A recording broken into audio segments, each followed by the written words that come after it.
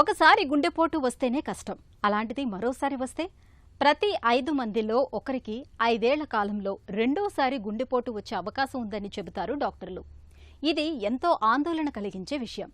గుండెపోటుతో గుండె లయ తప్పడం, హఠాత్తుగా గుండె స్తంభించడం వంటి ప్రాణాపాయ ముప్పులు కూడా పొంచి ఉంటాయి. మరి రెండోసారి గుండెపోటు రాకుండా నివారించుకోవటం ఎలా? ఇందుకు జీవనశైలి మార్పులు బాగా ఉపయోగపడతాయి. రెండోసారి గుండెపోటు ముప్పును తప్పించే జీవనశైలి జాగ్రత్తల గురించి ఇప్పుడు తెలుసుకుందాం. ఒకసారి గుండెపోటు వచ్చిన తర్వాత గుండె కండరం అనేది దెబ్బతింటుంది. దానిలో కొంతవరకు ఒక 2 నెలలు లేదా 3 నెలల్లో రికవరీ అనేది కొంత మనం చూస్తాం. కానీ అందులో ఏదైతే హార్ట్ కండరం ఉంటుందో అది దెబ్బతినడము, కొంత స్కారింగ్ అంటే ఒక దానిపైన సెల్స్ ఏవైతే ఉన్నాయో అవి వయబిలిటీ లేకుండా ఉండటం అనేది జరుగుతుంది. దానిపైన రెండవసారి అటాక్ వచ్చినప్పుడు ఇంకా గుండె కండరం అనేది ఇంకా దెబ్బతినడము, దాని ద్వారా వచ్చేటువంటి కొన్ని విషమ పరిస్థితులు ఏర్పడతాయి. అందువల్ల రెండవసారి గుండెపోటు అనేది సాధ్యమైనంత వరకు రాకుండా మనం చూసుకోవాలి. మామూలుగా ఏముందంటే ఒకసారి గుండెపోటు వచ్చిన తర్వాత 10 మందిలో ఒకళ్ళకి 100 రోజుల లోపల మళ్ళీ రెండో గుండెపోటు వచ్చే అవకాశం ఉంటుంది. అయితే దీనికి కారణాలు అనేకంగా ఉండొచ్చు. ఒకటేంటంటే ముందు గుండెపోటు వచ్చిన తర్వాత వాళ్ళకి మనం ఏవైతే మందులు చెప్తామో ఆ మందులను వాళ్ళు సరిగ్గా తీసుకోకపోవడం. రెండవది మనం కొలెస్ట్రాల్ అదుపు చేయడానికి కూడా మనము స్టాటిన్స్ అనే మందులు ఇస్తాము. స్టాటిన్ సరిపోకపోతే దానికి ప్రత్యామ్నాయంగా వేరే మందులు కూడా వచ్చాయి. ఇవి కూడా ఏంటంటే మళ్ళీ రెండోసారి గుండెపోటు రాకుండా చాలా మటుకు అదుపు చేస్తాయి.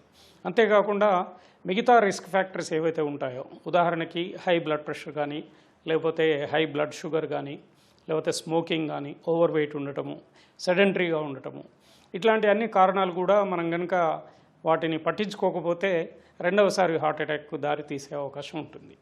అయితే ఇది ఒకటి. రెండవది ఏంటంటే ఆల్రెడీ ముందు గుండెపోటు వచ్చినప్పుడు ఎవరికైతే స్టెంట్ విధానం ద్వారా చికిత్స జరిగిందో వాళ్ళకు కూడా ఆ స్టెంట్ లోపలనే ఒక్కొక్కసారి మళ్ళీ బ్లాకేజ్ ఏర్పడటం, అక్కడ కూడా ఈ బ్లడ్ థిన్నర్స్ వాడకపోతే రెండవసారి గుండెపోటు వచ్చే అవకాశాలు ఎక్కువగా ఉంటాయి. సో దీన్ని బట్టి జాగ్రత్తలు తీసుకోవాలి. ఈ కొలెస్ట్రాల్, షుగర్ కంపల్సరీ చెక్ చేసుకోవడం, బ్లడ్ ప్రెషర్ ఉందా లేదా తెలుసుకోవడము. కొన్ని న్యూ రిస్క్ ఫ్యాక్టర్స్ కూడా ఉన్నాయి. ఉదాహరణకి హోమోసిస్టిన్ ఉంటుంది, అదేమైనా ఉందా, ఇవన్నీ మనం తెలుసుకోవాలి. ఇవి అయిన తర్వాత నార్మల్గా ఈసీజీ ఎకో కానీ, ట్రెడ్మిల్ టెస్ట్ కానీ ఇవి చేయడం వల్ల కూడా మనకు కొంత అవగాహన అనేది వస్తుంది. అట్లాగే భోజన విషయంలో కూడా చాలా మటుకు జాగ్రత్తలు తీసుకోవాలి. హై కొలెస్ట్రాల్ డైట్ లేకుండా ఉండటము, తర్వాత మనం ఇండియన్స్లో ముఖ్యంగా సౌత్ ఇండియన్స్లో హై కార్బోహైడ్రేటెడ్, దీనివల్ల కూడా మనకు ఇన్సులిన్ రెసిస్టెన్స్ రావడం, డయాబెటీస్ త్వరగా రావడం జరుగుతుంది. అందువల్ల కార్బోహైడ్రేట్ కొంత మోతాదు తీసుకొని ప్రోటీన్ పెంచడము, ఫ్యాట్ కంటెంట్ కొంచెం తగ్గించుకోవడం, ఆహారంలో ఈ విషయాలు కూడా మనం జాగ్రత్తలు తీసుకోవాలి. అట్లాగే వ్యాయామం కంపల్సరీ, తప్పకుండా ఎక్సర్సైజ్ అనేది చాలా ఇంపార్టెంట్. దీనివల్ల కూడా ఏంటంటే ఏమైనా చిన్న చిన్న బ్లాక్స్ ఉన్నా కూడా కొలాటరల్స్ డెవలప్ అవుతాయి, దానివల్ల బెనిఫిట్ ఉంటుంది. ఈ ఎక్సర్సైజ్ అనేది మామూలు అందరూ చేయాలి. హార్ట్ అటాక్ వచ్చిన వాళ్ళు కూడా చేయాలి, స్టెంట్ వేసుకున్న వాళ్ళు కూడా చేయాలి, బైపాస్ అయిన వాళ్ళు కూడా చేయాలి. ఎక్సర్సైజ్ అనేది కంపల్సరీ. దానికి ఏదో మనం హెవీగా ఎక్సర్సైజ్ చేయాల్సిన అవసరం లేదు.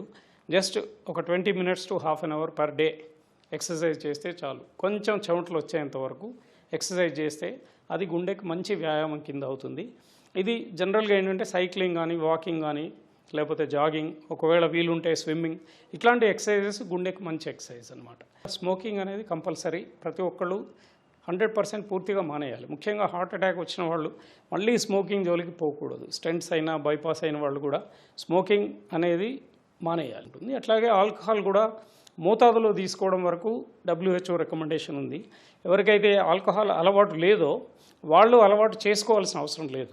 ఈ విధమైనటువంటి లైఫ్ స్టైల్ చేంజెస్ కనుక మనం ఇంప్లిమెంట్ చేస్తూ మందులు కూడా వాడుకొని జాగ్రత్తగా ఉంటే ఒకవేళ హార్ట్ అటాక్ అనేది ప్రివెంట్ చేయొచ్చు. అట్లాగే ఫ్యూచర్ ఈవెంట్స్ కూడా మనం ప్రివెంట్